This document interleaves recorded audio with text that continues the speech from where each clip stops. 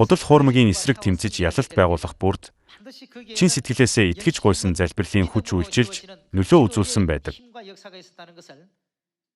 Үүнийг 1-р хаад 18 дугаар бүлгээс харж болно. 18 дугаар бүлгийн 36 дугаар ишлэл. Оройн тахил өргөх цаг болоход иш үзүүлэгч Илия ураг шалхан гарч Авраам, Исаак, Израилийн бурхан эзэн минь ээ.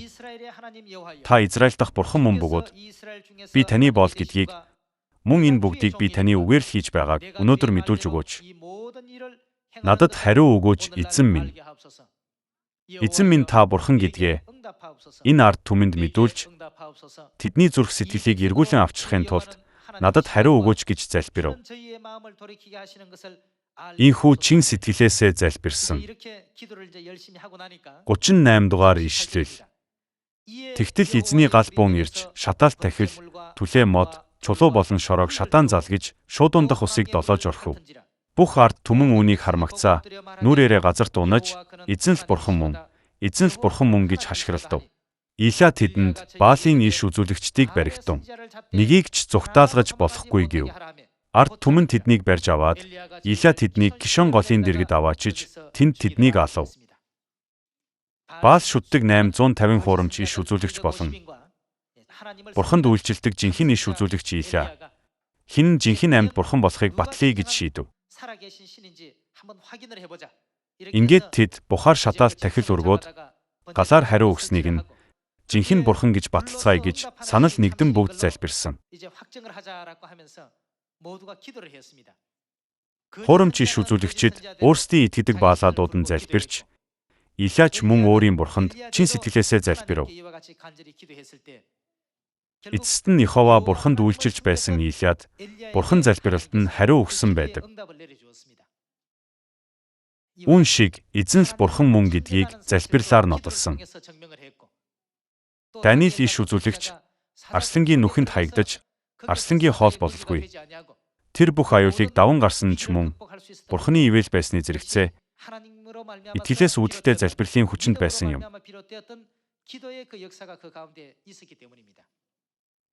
Илия чин сэтгэлийн залбирлаараа дамжуулан бурхан бол жинхэнэ бурхан гэдгийг баталсан.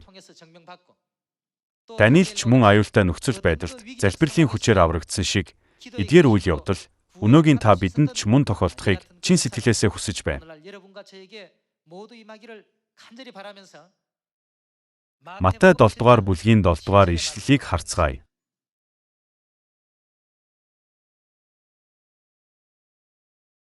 Гуй, тэгвэл та нарт өгөгдөнө. Хэн бидэнд өгөх үү? Бурхан бидний гуйсан зүйлийг бидэнд заавал өгнө гэж айлтсан. Бурхан өгнө гэж айлтсан л бол бид үүнд итгэж болно. Тэгвэл бид хүлээн авахын тулд ямар үйлдэл хийх ёстой вэ? Гуйх нь бидний хийх ёстой үйлс. Гуйхгүй юу ч хийхгүй байсан ч бурхан бүхнийг мэддэг юм чинь аяндаа өгнө гэж бодож болохгүй. Библич зайлшгүй гуй, тэгвэл та нарт өгөгдөнө. Хай, тэгвэл та нар олно гэсэн байна. Гуйх нь ч бидний үүрэг, хайх нь ч бас бидний үүрэг. Үүний дараагийн үр дүн нь бурханы биелүүлэх ажил.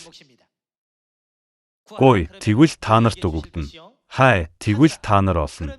Тогш, тэгвэл та нарт нээгдэнэ. Гуйдаг бүр аавна, ирж хайдаг нь олно.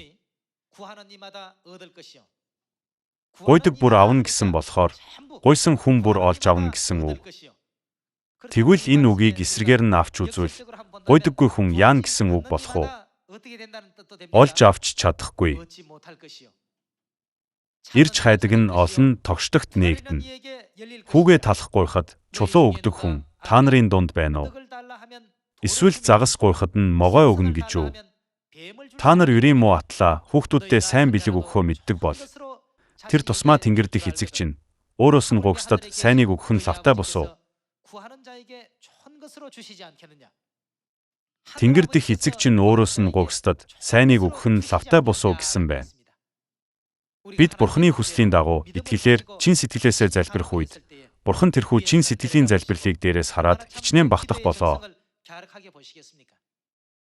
Бүгдийг нь сонсон. Үүнд та бүхэн итгэх хэрэгтэй. Гэхдээ нэг зүйлийг баттай мэдэх ёстой. Гуйх, хайх, тогших нь бидний хийх ёстой үүрэг юм.